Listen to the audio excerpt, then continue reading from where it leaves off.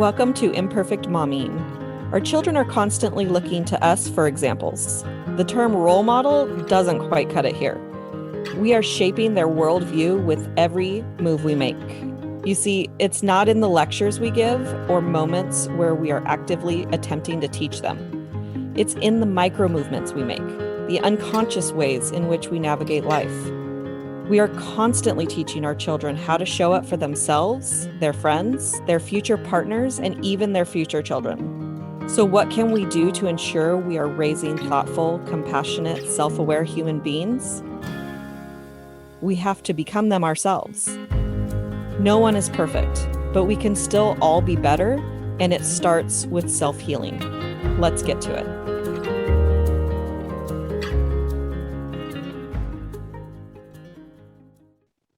Welcome to Imperfect Momming, and we have a very special guest today, Lisa Dimino White. Welcome to Imperfect Momming. Thank you. Great to be here. Awesome. So tell us who you are and what you do. Well, I am an imperfect mommy because that's what we all are. And I'm also a joyful one at that. I'm known as the joy seeker. As corny as that is what I do. I help people find more joy for themselves and for others every day. And it brings me such satisfaction, especially to be connecting with moms, because too often we are too hard on ourselves and we expect that perfection. None of us are perfect. We're all imperfect. It's just our ability to be able to roll with the punches and accept who we are that makes the difference in our joy factor. I totally agree. And I don't care if it's corny because joy is like, what's better than joy? Absolutely. And Absolutely. joy? Yep, absolutely. It's one of those things that it actually, I believe we overthink it. We really do. We always think, okay, when I get to this, or when I get there, or when I get this, I'll be happy. And it's like, well, sure, those major milestones could make you happy. But what about the time between now and then, if that ever happens? It's so important that we take joy in little tiny chunks, which is what I call bursts of joy. I believe that a happy life is made by experiencing bursts of joy intentionally and often. And so I that's my message. That's what I talk about. And the fact is we can all do it. It just takes a little bit of intention. Absolutely. And I mean, it's what you focus on, right? Yes. Like if you're focusing on, the negative, I've talked to my son about this quite a bit because sometimes he gets mad at my boyfriend as the disciplinarian. We have different styles of discipline, and his is a little more harsh than mine is. And so he just doesn't like it. And so he will say things in anger like, Larry's a jerk, or I hate Larry, or whatever. And I know he doesn't. And I try to stop myself from doing this. He's asked me like, Mom, could you not teach me and just listen to me? I'm like, okay, Right.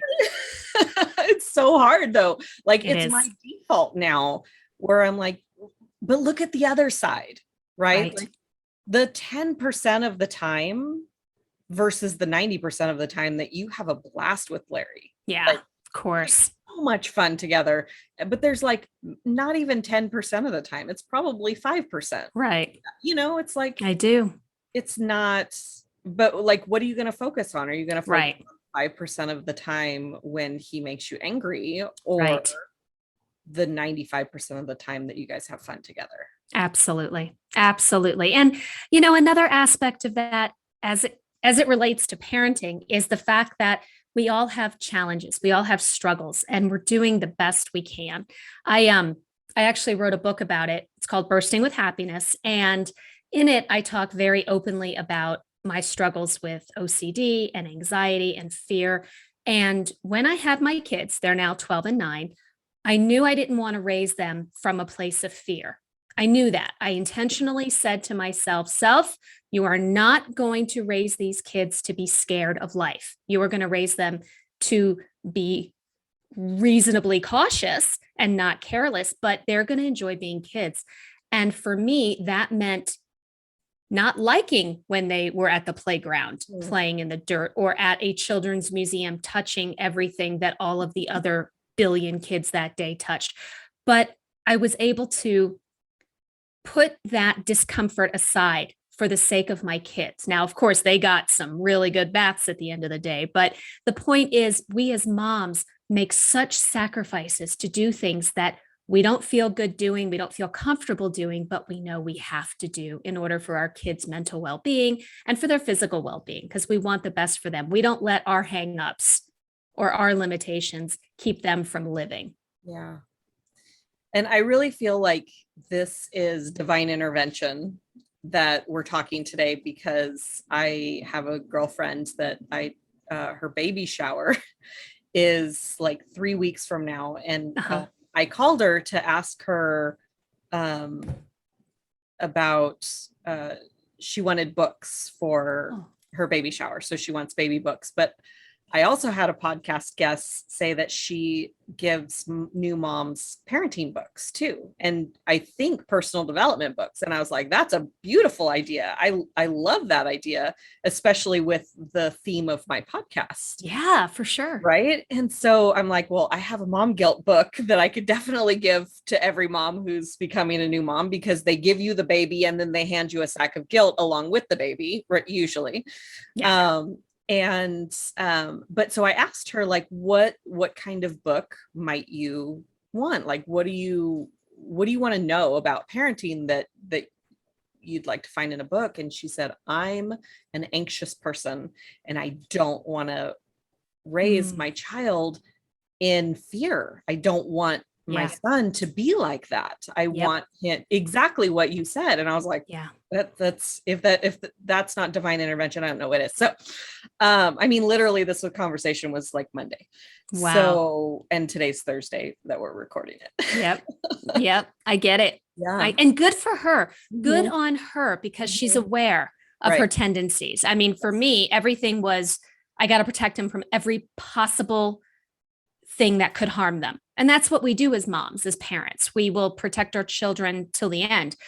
But there's a balance that we have to have. And I'm very lucky. I married a guy who is very rational and who can, tell me when I need to tone it down a bit. But I also realize that there are people out there who feel the way I do, and just reached out to them for support. Because when we come from a place of wanting the best for our kids, but knowing that we have these challenges we're faced with, it's just a matter of, sometimes professionally getting some help. Sometimes it's just a matter of using our friends kind of as our sounding board. What do you think of that? What do you think of this? But at the end of the day, we do the best we can and hope for the best. Especially having friends that are down to earth, or a spouse that's down to earth. Like, yes. Like, go to those friends. Don't go to the friends that are exactly like you. Totally. And, because you're right. Because that's going to make you feel validated, and they're going to, confirmation bias. They're going to be like, yeah, you're a genius, mom, for not letting your kid go to the playground. Absolutely. Do you know how much dirt is in dirt? And you're right. That's just feeding into that. But it just the fact that she knows this is a challenge for her going into it really makes a difference. Really does. Being willing to be uncomfortable and push yourself to the place where your kid is safe, but you want them to experience everything that life has to offer too. Right. And I believe that her husband is also down to earth. So she's got that support as well. And one of the things that you said that triggered something I just wrote that I'm not posting anywhere, so I'm going to say it here. Okay. Is that, like, we think that, so what most moms want is, well, sleep. But what they also want is happy, healthy children. Right. And we think that the way that we get those happy, healthy children is to keep them physically and emotionally safe from anything. Right. Which is great, except we don't control like anything. Right. We don't have control of anything. We think we do. Right. We would love to have control about stuff, but there's, my whole story is something happened to my son that I didn't foresee. Right. And so it's like, and then we beat ourselves up. And one of the things, and I know that our talk isn't about guilt, but like one of the things I just heard is that we beat ourselves up via guilt for years for something we wouldn't punish our kids for 20 minutes. It's true. You know? Yeah. Yeah, it is. It's tough. It's because we love them so much. I mean, you thought you knew what love was until you had your son. Now you're like, I had no clue because you would do anything for this little human. And for me, as a kid, I grew up with a lot of anxiety around something bad happening to my family, to the people I love, to the people I care about. And so that was always in the back of my mind that I didn't want my kids to be raised that way and have those feelings. But it comes from a place of love. It really does. And the reason I'm not, doing these things is because I want to protect you from anything that could possibly happen. I work with a therapist and she somebody who has OCD when COVID hits, it's not good. Yeah. It's not good. I mean, we go through our lives managing our illness from these usually self-imposed fears that we have. We have to protect from this and this and this. And most of the time, those things are not that real, except in our own minds. For the most part, we tend to take things to extreme. That's just how we are.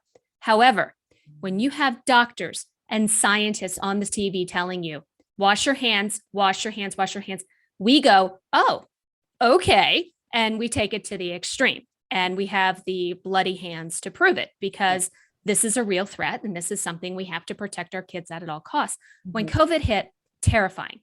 Yeah. Terrifying. And the control. And my therapist said, Lisa, the challenge with COVID is it's making all of us realize we really don't have control.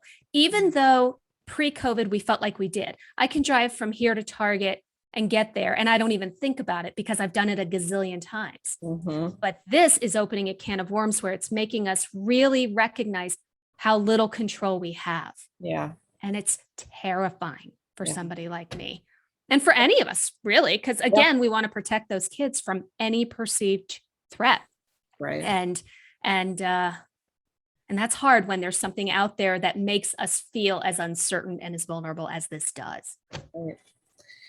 And you said perceived threat, and we could perceive a threat anywhere in anything.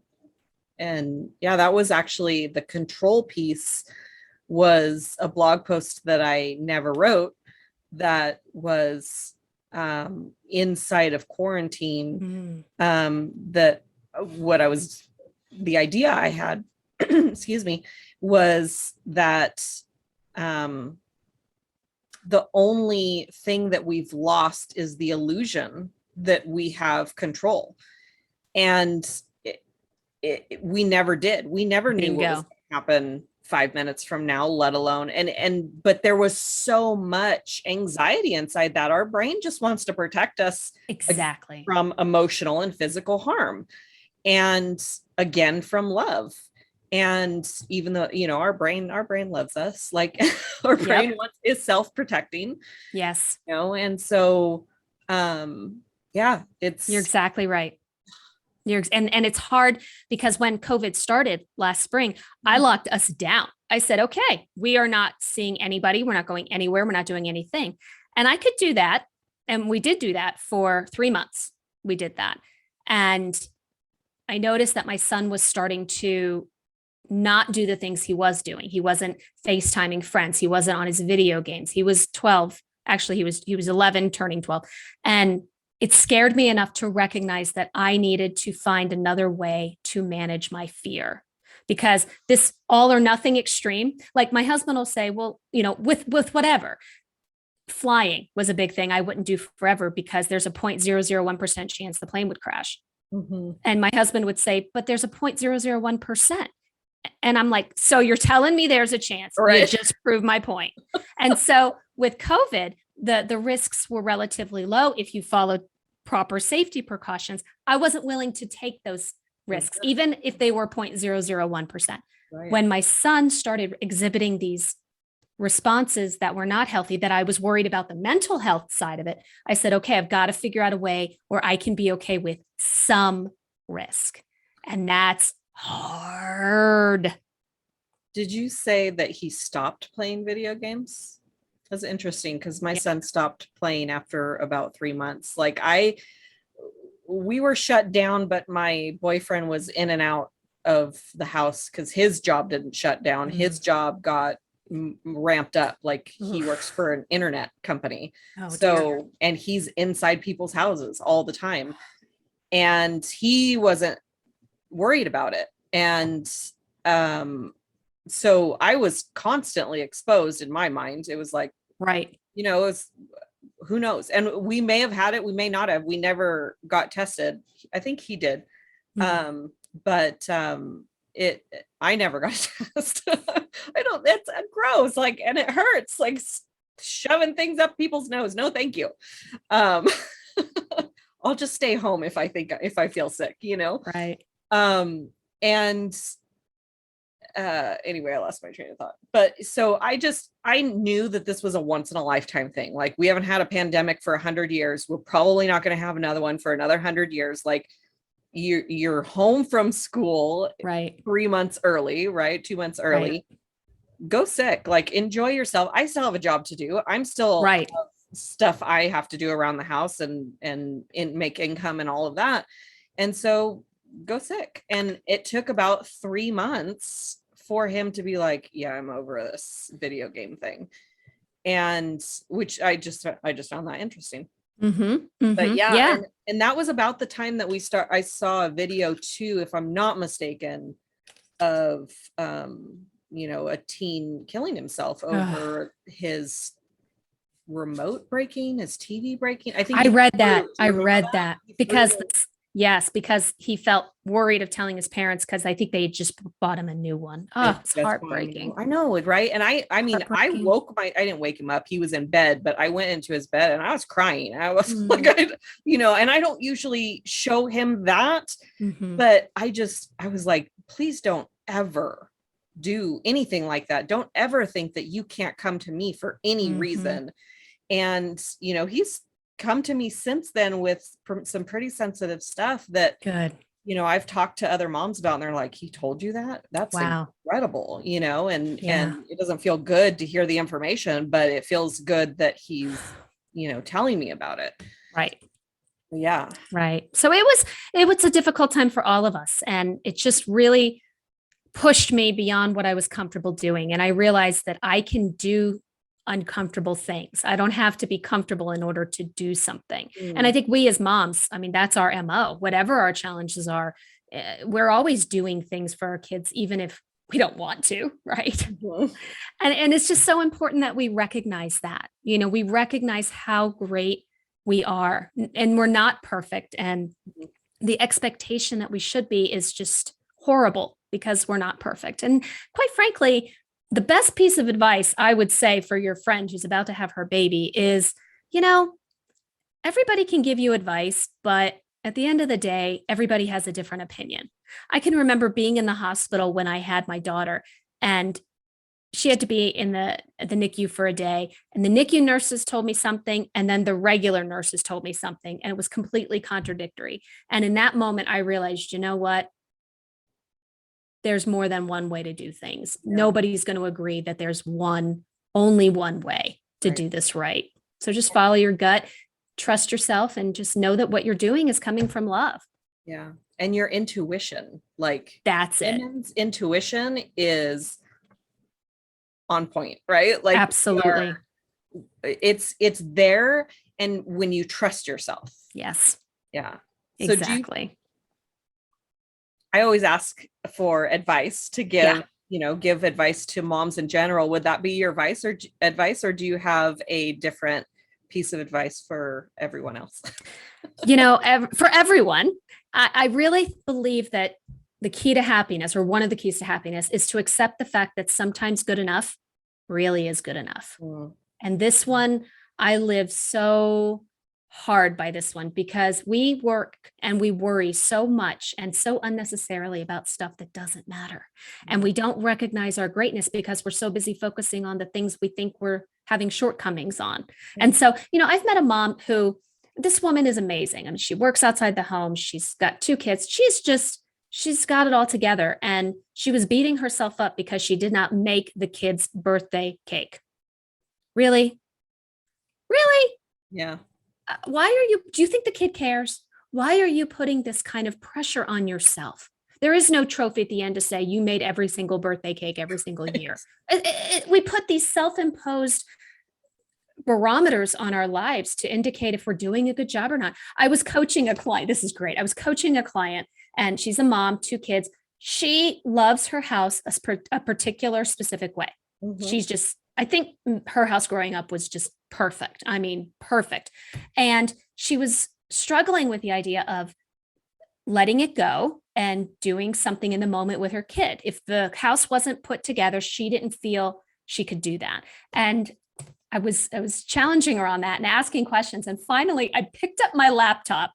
I took it downstairs to show her my dining room table that still has the Superstar Destroyer Lego set that my husband and my son started back in March of 2020 that is still sitting there because they won't let me clean it up. I wanted to erase her perception that everybody else's houses are perfect. And then on the way back to my office, I passed my daughter's room, which was a hot mess. I wanted to give her that dose of reality because I think that in her mind, she was considering herself less than or a failure because she in her mind wasn't living up to what other people are doing. And that's just ridiculous. So a dose of reality from Lisa, I think can help every once in a while. Yeah, for sure. And like because what we see on social media is what's behind me in my house, where the reality is that 5 minutes before you jump on Zoom with me, I turn Zoom on, I look at the camera and I look at behind me. What's it look like? Yes. Yes, me too. We all do it. We all do it. And honestly, there's a dog toy right there that wasn't there, I don't think, when we started, or I missed it. And I'm like, oh, yep, there's a dog toy. Who cares? I have a puppy. Who cares? We know that I have a puppy, and who cares, right? Totally. Totally. It's just so ridiculous that we put this pressure on ourselves. And that comes with managing our expectations. If your listeners go to my blog, www.thejoyseeker.com, scroll through a couple of posts and you'll see an image of my refrigerator that is so smudgy. It looks like my kids licked it. I don't know how it got to that point, but I looked at it and I took a picture and I posted it. My mother was so mad. She's like, "What are you doing posting a picture like this?" I'm like, "Ma, it's for the greater good. I need to share my authentic reality with people." It was horrific. And my title of that blog entry is Manage My Expectations. I could insist that my house is perfect, that my fridge is completely smudge free. And that would be an expectation. And I would be miserable because I live with little people who just don't share that similar value in life. Or I can say, you know what? I'm okay with that because right now, this is where we are and this is what has to be. Is that going to ruin my day? I'm not going to let it. Right. I'm not going to let it. So and this was, and then during quarantine with forts, my kids love building forts. Same thing. I hate it. But at the end of the day, if it brings them a little bit of joy, I'm okay with it. Right. And I love that topic, that managing expectations. So don't be surprised if it shows up on my blog. But so my son's birthday is in February. And this year we made his cake. Okay. And I'm not a cake maker. I hate frosting cake. I don't mind baking the cake. Okay. Like I love to bake and I don't mind making the frosting. I don't like frosting the cake because of my expectation that it look like my mom's, because my mom worked at a bakery for for heaven's sake. For heaven's sake. My mom's cakes are so beautiful. And the last couple of years, because she knows my favorite part of the cake is the frosting, she doesn't even make me a cake anymore. She hands me a tub of frosting. I love it. But I mean, she makes this buttercream frosting. So good. And then she makes these beautiful little flowers. And I'm so mad that I can't even get the crumbs to not be in the frosting. Right. And it actually, for probably an hour, it ruined his birthday for me. And he's like, Mom, I love, like, it's so delicious. And everybody knew that I hated the cake. And the whole rest of the day, everybody had to tell me, how good it tasted. Right. And he freaking loved it because I was spending time with him, Right. making a cake. We were doing something together. He got to be creative because we did every color in the rainbow. It was a rainbow cake. It was amazing. Oh, cute.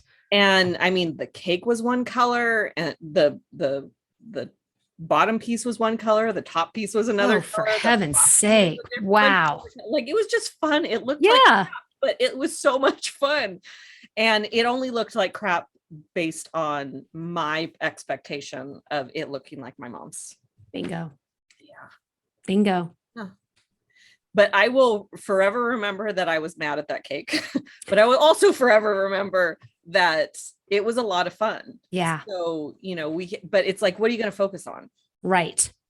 Right. Exactly. Exactly. And, and another example, beautifully put, another example, a client was angry at herself because she was having her teenage boy's birthday at her house and, set up all the food, got the hot dogs on the grill, and didn't have time to pick up fresh flowers. And she's like, that's what I envisioned it. That's how I wanted it to look.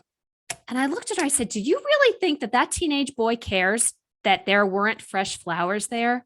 Really? And she cracked up. She's like, you're totally right.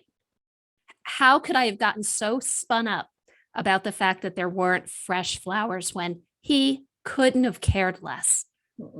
It's just be okay with what is. We're running ourselves ragged, moms, and we don't need to. We really don't. Yeah. I think the key to happiness, if there's one key, it's managing your expectations. Like, what if you're not, so my 13th birthday, my mom and I share a birthday. Oh, sweet. I was born on her birthday. Aww. And obviously not the other way around. It felt like the other way around for years because my mom doesn't like her birthday. She was number 5 of 7 children. So she didn't like that sudden burst of attention that you got. And I'm like, hello, Leo. Favorite thing. Sudden burst of attention. In fact, the day after my birthday is the most depressing day that exists because it's over. The attention anymore. But she never celebrated her birthday except for my 13th birthday. We did what she wanted to do. And I was a 13-year-old girl and I wanted to have my very first boy-girl party. And I was a little butt the entire day. Like there's an infamous picture of me. Now, part of it was like I fell off my bike and hurt myself, not like bad or anything, but like that I was trying to have fun and then I fell. Right. I was like, right. Whatever, I'm over this, but like the hormones kicked in real quick that day. Yeah. Like, yeah, but I got to have my boy girl party the next year. And it was even better because like the boy that I had a crush on came and blah, blah, blah, blah, blah. You know what I mean? Like, yep.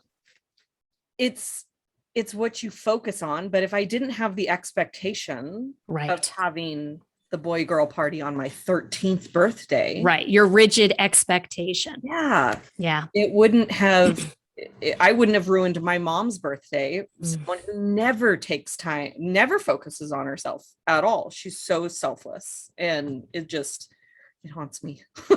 I hope you can forgive yourself because we've all done things as 13-year-old girls that we are horrified. I treated my mother for a period of time not in the best way. And I have continued to apologize for that even as an adult. But at some point, we got to forgive ourselves because we were a hormonal mess. Yeah, we really were. Right. We don't really have control. And in comparison, I was an angelic child. So it was out of character for you. It was very out of character for me. So. Definitely. So is there a book you gave us the advice? Is there a book that has been exceptionally impactful for you? Well, I have to mention mine. Of course. Bursting with Happiness, available on Amazon. Thank you. It's supposed to spark joy. And it really is talking about the bursts of joy concept. how the small bursts of joy that we incorporate into our daily routines can make a difference for ourselves, for others, and for the world. And it's just, I'm very proud of it and would love for folks to read it and let me know what they think. But besides mine, I have to go with Mel Robbins' the 5 second rule. Mm. I love the 5 second rule, the 5, 4, 3, 2, 1, do it, especially for someone with fear, because I'm like, oh, I don't know if I can do that. I feel nervous about it. I have to step on a plane. Didn't you hear me earlier? 0.001%. What are we doing? There's a chance. But when push comes to shove, I know I want to do the trip. I want to go where I want to go, pre-COVID, obviously. And I'm not going to let this stop me. 5, 4, 3, 2, 1, I'm on the plane. Yeah. And it's just one of those, rip the Band-Aid off and do it. Yeah. And I think that that is so important for us, because the more of those moments that we show that strength that we have, the stronger we get. We develop that database in our head of the ability to do hard things. You know, like when I am able to take a trip, or when I'm able to, you know, face my fear, whether it's letting my kids do something or me doing something, I think back when I'm faced with another challenge. I did that. I can do this too. Yeah. I purposely bring it to the forefront of my mind. And 5, 4, 3, 2, 1 was just such a great model to force action, even when we don't feel like it. Right. And I'm really wondering if it would work for killing a spider, though. Like, yeah, I could see that, because you got to do it. It's like, all right, 5, 4, 3, 2, 1. Squash I had to him. go to the most extreme thing that I'm afraid of. That's one thing that I did not want to pass on to my son, was the fear of spiders. And I'm afraid of heights too. Okay. And I was really successful with the heights.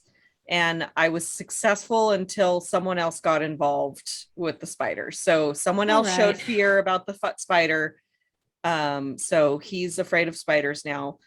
But the heights, like he's a little monkey. Like, we have a park near us, and there's this like 2-story tall structure, and he'll climb to the very top of it. And I took a picture of him at the top and posted it and tagged that park in it. And so that picture has the most views of any of my pictures. And so everybody that goes to that park or Googles that park sees that picture. And I think very that's cool. So cool. Yeah. That is very, very cool. Yeah.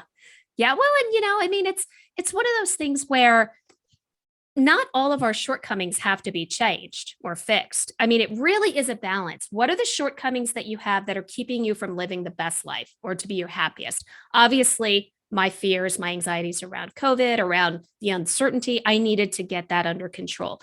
Whereas my inability to cook, not keeping me from living my best life. My inability to keep a clean house, not keeping me from living my best life. And life is all about constantly analyzing what needs to be changed or improved, and what can we accept about ourselves and who we are, just to own it. You know what? I'm afraid of spiders. So if you see a spider, it's your job, Larry, to kill it. Period. Right. You know? And that's okay, because I think you can. Job. And I think you can live a pretty good life. It's not keeping you from being happy. It's not keeping you from having joy. Now, the fear of heights, maybe, maybe if you wanted to go hiking on a mountain with your family and that would keep you from doing it, maybe that's something you'd want to, you know, think about, explore, work on. But the things that aren't keeping us from being the best versions of ourselves, it's okay to have these things, these challenges, these shortcomings, because we're not meant to be perfect. And if it's not important for me to learn how to cook, because I couldn't care less, I can then spend my time and energy and resources on the things I do want to improve on, the things that I do want to work on, that I do enjoy, that will contribute to a happier Lisa. Yeah. I love that. The question that you asked, like, is this helping me or hindering me from living my best life? And, you know, if I have somebody else that's going to climb on top of a ladder for me, then I'll let that happen, or someone, you know, squish a spider for me or relocate it, whichever the case may be. But, you know, is it really impacting my life. Exactly. Yeah. Exactly. Too often we think if we have any kind of issue, we have to fix it. And maybe, I mean, if it is something legit that you're like, yeah, I can't get on a plane. I can't experience other countries. I can't travel with my family. Okay. If that's something that's important to you, let's figure out a way to improve it. But if it's something that doesn't matter, then why are you going to make it an issue?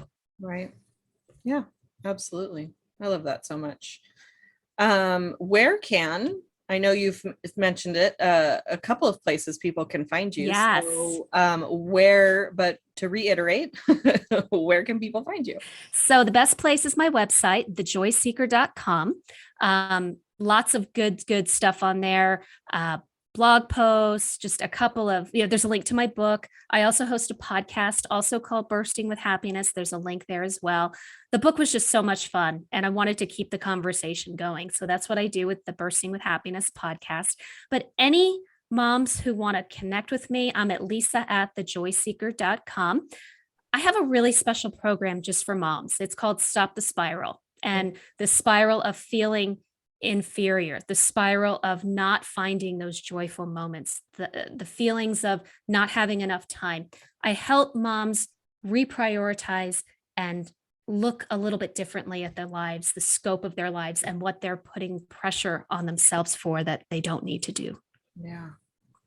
I mean, the 5 years ago, Alicia wants to sign up for your program. Yeah. If I knew then, it's kind of like an if I knew then what I know now kind of thing. And just empowering women to recognize that, you don't have to be this ridiculous, unachievable superhuman because you're not. And you don't have to be. In fact, you're going to suck the joy right out of yourself if you try to be. That's the irony, right? Right. Very cool. Well, thank you so much for coming and pouring into my listeners. And we're about to do tradesies on our podcast. Yes, we are. I will talk to you in a few minutes, but for our listeners, we'll have another episode of Imperfect Momming next week. And until then, keep healing. Thank you for tuning in to Imperfect Momming. It's time for us to step up and realize that our power is not in trying to shape our children. Our power lies in shaping ourselves into the people we want our children to model themselves after. Don't just do it for your kids. Do it for yourself. When you become a more self-aware, compassionate, and confident person, you and everyone around you benefit. For more information about me and my work, visit alicialyons.com. That's ALYSIALYONS.com. See you next time.